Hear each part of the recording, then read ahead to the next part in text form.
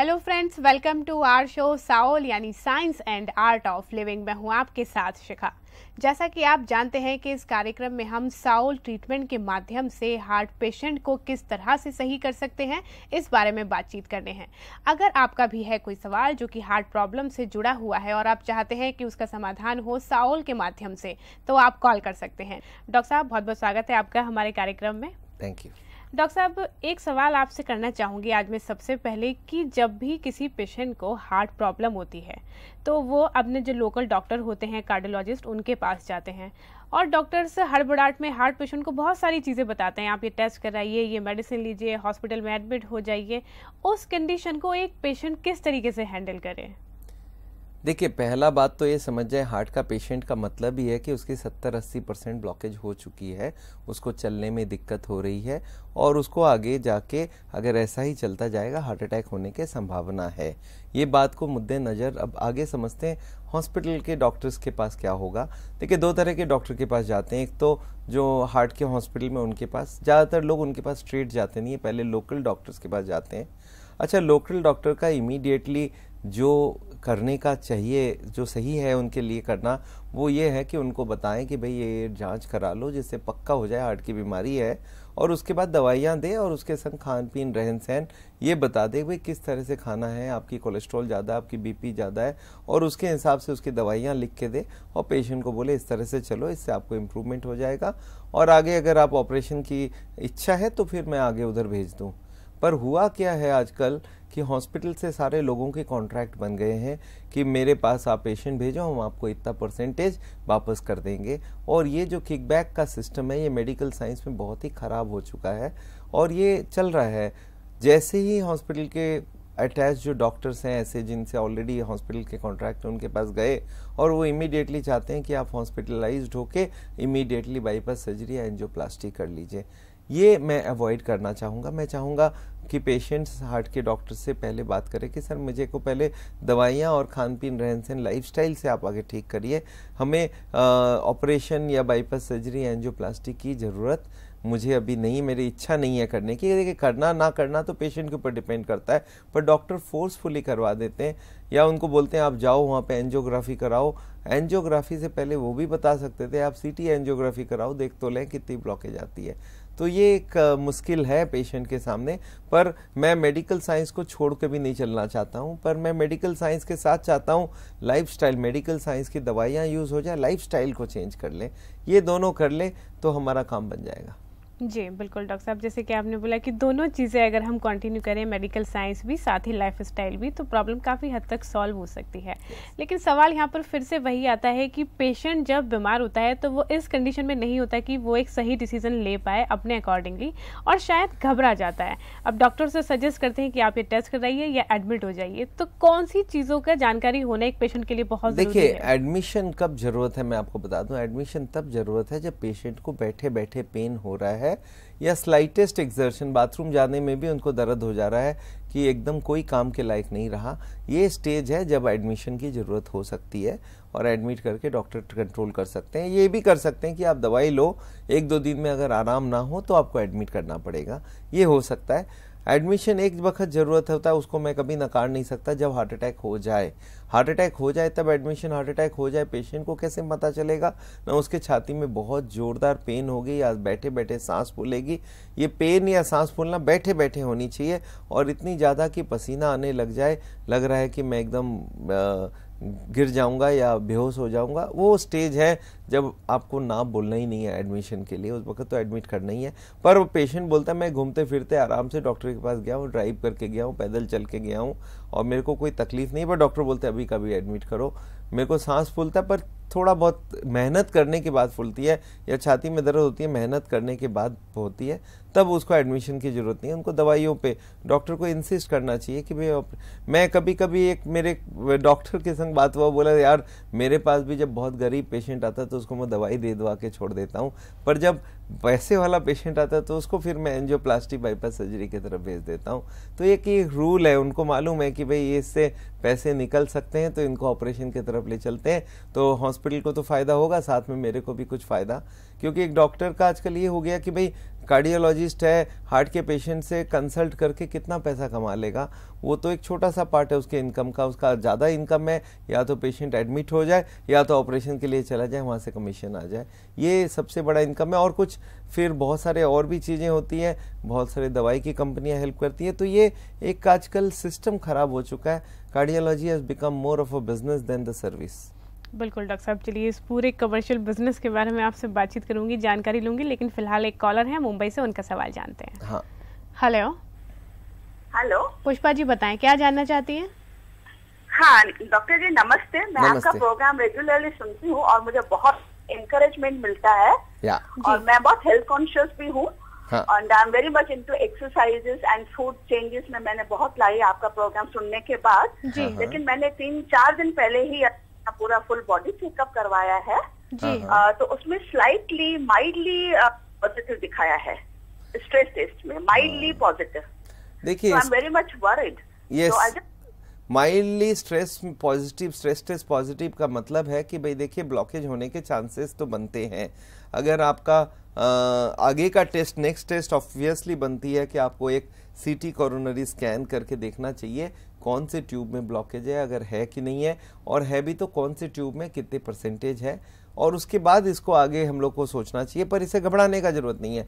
जो भी आज है एंजियोग्राफी या सीटी एंजियोग्राफी के बाद भी वही मिलता है, पर सीटी एंजियोग्राफी कराने बहुत सारे लोग घबराते हैं। अगर कुछ मिल जाए तो अच्छी बात है, अपने को पता चल जाएगा ना क्या है। अपने को कोई ऑपरेशन करने की तो बात कर ही नहीं रहे, पर पता करना चाहिए ब्लॉकेज है या नहीं है। अगर माइल्डली पॉजिटिव स्ट्रेस टेस्ट है, इसका मतलब कुछ तो गड़बड़ है। आपको चेक करा के, सीटी स्कैन करा के, then you should get in touch with us. जी डॉक्टर साहब, बिल्कुल टेस्ट की आपने बात करी है। यहाँ पर जब कोई पेशेंट किसी डॉक्टर के पास जा रहा है, वो उसको सर्जरी रिकमेंड कर रहा है या फिर एंजियोग्राफी रिकमेंड कर रहा है, लेकिन पेशेंट उसको अवॉइड करना चाहता है, तो इनिशियली उसको किन टेस्ट की जानकारी होनी चाहिए ताकि उसको पता चल सके कि ब्लॉकेज कितना है? देखिए, ब्लॉकेज जानने के लिए तो देखिए सबसे बढ़िया है सीटी कोरोनरी स्कैन। मैं ये बोलूँगा जो समझदार पेशेंट है, जो हमारे लेक्चर सुन चुका है या हमारे किताब पढ़ चुका है, उनको मैं रिकमेंड करूँगा कि आप पहले इंसिस्ट करो कि सर मेरे को आप सीटी कोरोनरी स्कैन करा के बता दो मेरी ब्लॉकेज कितनी है, और उसके साथ साथ आप दवाइयाँ दे दो। मैं अभी ब्लॉकेज तो आज भी जब मिली है तो कल भी रही होगी, 1 साल पहले भी रही है। मैं तो नॉर्मल जी रहा था, अब मैं नॉर्मल जीऊँगा नहीं, अब मैं बहुत तरीके से जीऊँगा। पर आप दवाइयाँ दे के मेरी 4 चीज़ें और कंट्रोल करवा दो। उनका मेरा ब्लड प्रेशर कंट्रोल करा दो, मेरा शुगर कंट्रोल करवा दो, और कोलेस्ट्रॉल और ट्राइग्लिसराइड कंट्रोल करवा दो। ये 4 कंट्रोल करना तो डॉक्टर के हाथ में है। तो आराम से वो दवाइयाँ, इनके सबके दवाइयाँ मिलती हैं, वो दवाइयाँ ला के वो कंट्रोल कर दें। कंट्रोल में भी मैं चाहूँगा कि ये जो टेस्ट है, ये जब हम कोलेस्ट्रॉल चेक कराएं तो डॉक्टर जब दवाई लिखे उसके बाद जब नेक्स्ट चेक करवाएं तो कोलेस्ट्रॉल 130 के आसपास या उससे कम होनी चाहिए, ट्राइग्लिसराइड 100 से कम होनी चाहिए, ब्लड प्रेशर 120/80 होनी चाहिए, और शुगर 100 फास्टिंग और 140 बीपी, इससे ऊपर नहीं जाना चाहिए। अगर इससे ऊपर चली गई तो आप डॉक्टर को इंसिस्ट करिए कि सर मैं चाहता हूँ इसको इतना कम करके रख दें आप, तो उसके हिसाब से आप दवाइयाँ थोड़ी बढ़ा दें। यूजुअली देखिए डॉक्टर्स जो होते हैं, बहुत सारे जो कार्डियोलॉजिस्ट या फिजिशियन जो होते हैं, वो चाहते हैं कि वे पेशेंट खुश रहें और फिर आगे आए, पेशेंट ठीक रहे। तो अगर ऐसा होता है उनको बोलिए साहब हमको ये 4 चीज़ आप कंट्रोल करवा दीजिए, और इसके लिए जो भी जांच करवाना हो time to time, lipid profile या शुगर या ब्लड प्रेशर चेक करना, वो उसके लिए कोई हिचकिचाहट करने की ज़रूरत नहीं है। मैं खाली वो तार वाली एंजियोग्राफी उसके पक्ष में नहीं हूँ। और अगर हार्ट अटैक सस्पेक्ट कर रहा है, इको करवाना चाहते हैं, वो भी करा लेना चाहिए। और कोई को लगता है नहीं मैं सीटी एंजियोग्राफी के लिए 5-10 हज़ार रुपये खर्चा नहीं करना चाहता हूँ, तो फिर 1-2 हज़ार में ये स्ट्रेस टेस्ट या TMT भी कराया जा सकता है। पर इससे बहुत ज़्यादा निष्कर्ष निकलता नहीं है। फिर भी अगर लगता है कि नहीं मैं पहला स्टेज तो ये रखूँगा, तो भी मेरे को ऑब्जेक्शन नहीं है। जी डॉक्टर साहब, चलिए फिलहाल अगले कॉलर हैदराबाद से जानते सवाल। हेलो, कॉल डिस्कनेक्ट हो गया डॉक्टर साहब। चलिए, आपने यहाँ टेस्ट के बारे में भी बताया, साथ में आपने बोला कि मेडिसिन भी रेगुलर लेनी चाहिए। अक्सर क्या होता है कि डॉक्टर साहब के रिकमेंड करने के बाद पेशेंट उन मेडिसिन को लेना शुरू कर देता है। आपके अनुसार कितनी मेडिसिन की जानकारी होना पेशेंट के लिए ज़रूरी है? देखिए, जब भी कोई मेडिसिन आप लेते हो तो आपको ये मालूम होना चाहिए कौन सी दवाइयाँ किसके लिए दी जा रही है। अगर कोलेस्ट्रॉल की दवाई है तो कौन सी है, अगर ट्राइग्लिसराइड कम करने की दवाई है तो कौन सी है, अगर बीपी की दवाई है या ट्यूब को चौड़े करने वाली दवाई जो हार्ट के पेशेंट्स को दी जाती है या ब्लड को पतला करने की दवाइयाँ, ये सारी दवाइयों की जानकारी मरीज को होना चाहिए। पर एक बात उनको मैं हर वक्त बता देता हूँ कि ये दवाइयाँ से वो कभी ठीक नहीं होएगा, टेम्पोररी बंदोबस्त है। पर जब तक ब्लॉकेज ठीक ना हो तब तक उनको ये दवाइयाँ आगे तक लेते रहना पड़ेगा। ये नहीं, बहुत सारे लोग करते हैं कि 2-4 महीना 1 महीना दवाई ले लिया और फिर दवाई बंद कर दिया, बोला नहीं डॉक्टर साहब ने बोला था 1 महीने बाद। नहीं, ऐसा नहीं है। दवाइयाँ आपको याद रहना चाहिए। अगर कोई 8 घंटे की दवाई है तो दिन में 3 बार लिखा गया, 12 घंटे की दवाई है तो 2 बार लिखा गया, 24 घंटे की दवाई है तो 1 बार लिखा गया। और हार्ट के पेशेंट ठीक तो होंगे नहीं, तो ये जो दवाइयाँ हैं ये चलता जाएगा। हाँ, आप उसके संग लाइफस्टाइल चेंज करते हो, धीरे धीरे आपकी स्ट्रेस टेस्ट पॉजिटिव हो जाती है, आपकी ब्लॉकेज कम हो जाती है, तब तो आपकी दवाइयाँ धीरे धीरे विड्रॉ हो सकती है। अगर आपकी ब्लड प्रेशर 120/80 हमें चाहिए और आप 110 लाने लग गए तो दवाई विड्रॉ होने की बात आ गई है। तो आपको दवाइयाँ कौन सी किस लिए है ये जानकारी होनी चाहिए। ये दवाइयाँ क्या काम में आएगी, कौन सा बीपी को कितना कम कर दिया, और बीपी अगर नॉर्मल से कम हो गई है, कोलेस्ट्रॉल नॉर्मल से कम हो गई है, शुगर नॉर्मल से कम हो गई है, तो डॉक्टर के पास जाके इंसिस्ट करिए सर वो दवाइयाँ आप चेंज करके हमको थोड़ा सा फिर से और विड्रॉ करवा लो आप, क्योंकि मेरी नॉर्मल से भी कम होते जा रही है। पर अगर नॉर्मल से ज़्यादा है तो आपको डॉक्टर को इंसिस्ट करना होगा कि सर आप दवाइयाँ बढ़ा दो। तो याद रखिएगा, कोलेस्ट्रॉल 130 चाहिए, ट्राइग्लिसराइड 100 से कम चाहिए, ब्लड प्रेशर 120/80 चाहिए, शुगर 100 से कम चाहिए फास्टिंग, और खाने के बाद चाहिए 140 से कम। जी डॉक्टर साहब, चलिए फिलहाल अगले कॉलर से बातचीत करते हैं। हेलो परेश जी, बताएं क्या जानना चाहते हैं। Good morning. Good morning. Gujarat Sabarkantha Satamba से परेश पंचाल बोल रहा हूँ। मैं इतना पूछना चाहता हूँ कि अगर ब्लड टेस्ट से हार्ट का बीमारी का मालूम हो सकता है, पसीने का टेस्ट किया, यूरिन टेस्ट से हार्ट का कोई प्रॉब्लम हो वो क्या मालूम हो सकता है, एक ये बात है। और दूसरा मैं कहना चाहूँगा कि कौन सा खान पान या बच्चे जो हमारे हैं उनका हार्ट तंदुरुस्त रहे उसके लिए हमें क्या ध्यान रखना है। थैंक्स। देखिए, बच्चों के लिए तो मैंने बोला है 18 साल तक तो कोई खास रेस्ट्रिक्शन की जरूरत नहीं है, क्योंकि उनकी ग्रोथ पीरियड है, वो ग्रोथ को हम रुकवाना नहीं चाहते हैं। पर बच्चे अगर 18 साल के ऊपर है तो उसके बाद तो उनका जो हमने बताया है कम से कम फैट का खाना, नॉन वेजिटेरियन अवॉइड करे तो सबसे बढ़िया बात है। हर दिन वॉकिंग करे, एक्सरसाइज करे, ये तो योगा करे, ये तो बहुत ही अच्छा चीज़ होगा। हेल्थ के बारे में बच्चों को कॉन्शियस कीजिए, ये बहुत ज़रूरी है हमारे लाइफ के लिए। हाँ, और जैसे कि आपने बोला कि भाई हार्ट की बीमारी को कोई ब्लड टेस्ट से पता किया जा सकता है कि नहीं, ऐसा नहीं पता किया जा सकता है।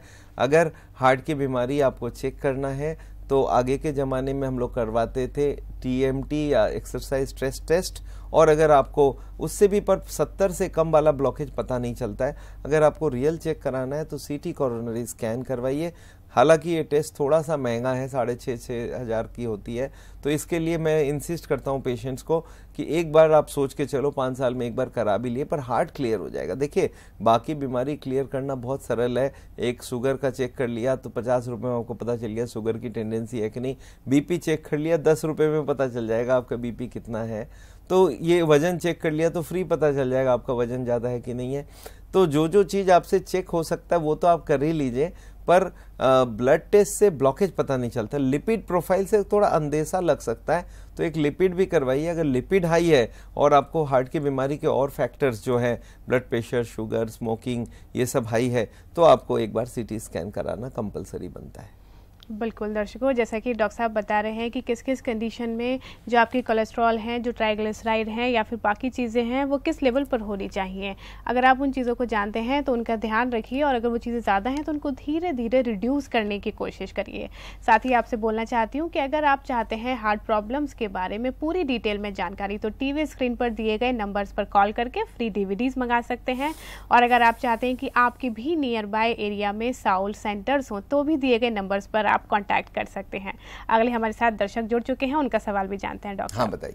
हेलो मिसेस राय, बताएं क्या जानना चाहती हैं। हाँ, मेरा सवाल है कि मेरे father in law 80 years old है जी। उनको 18 इयर्स पहले उनको बाईपास सर्जरी हुई थी जी, अभी उनको कुछ दिनों से मैंने हमेशा अभी दिखाया था, सारा टेस्ट हुआ था, तो उसमें डॉक्टर ने कहा कि सभी चीज नॉर्मल ही है, लेकिन अभी एक महीने में 4 बार उनको कभी कभी चक्कर आ जाता है जी।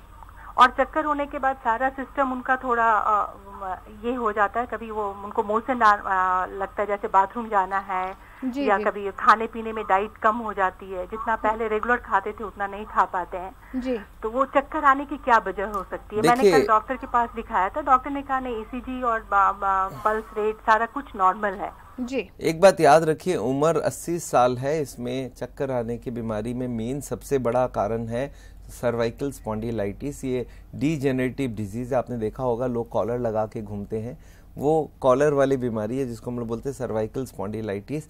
ये बीमारी आजकल बहुत कॉमन है। इनकी एक गले का एक्सरे होना चाहिए, एक्सरे में अगर सर्वाइकल है तो ये चक्कर उसके वजह से आ सकता है।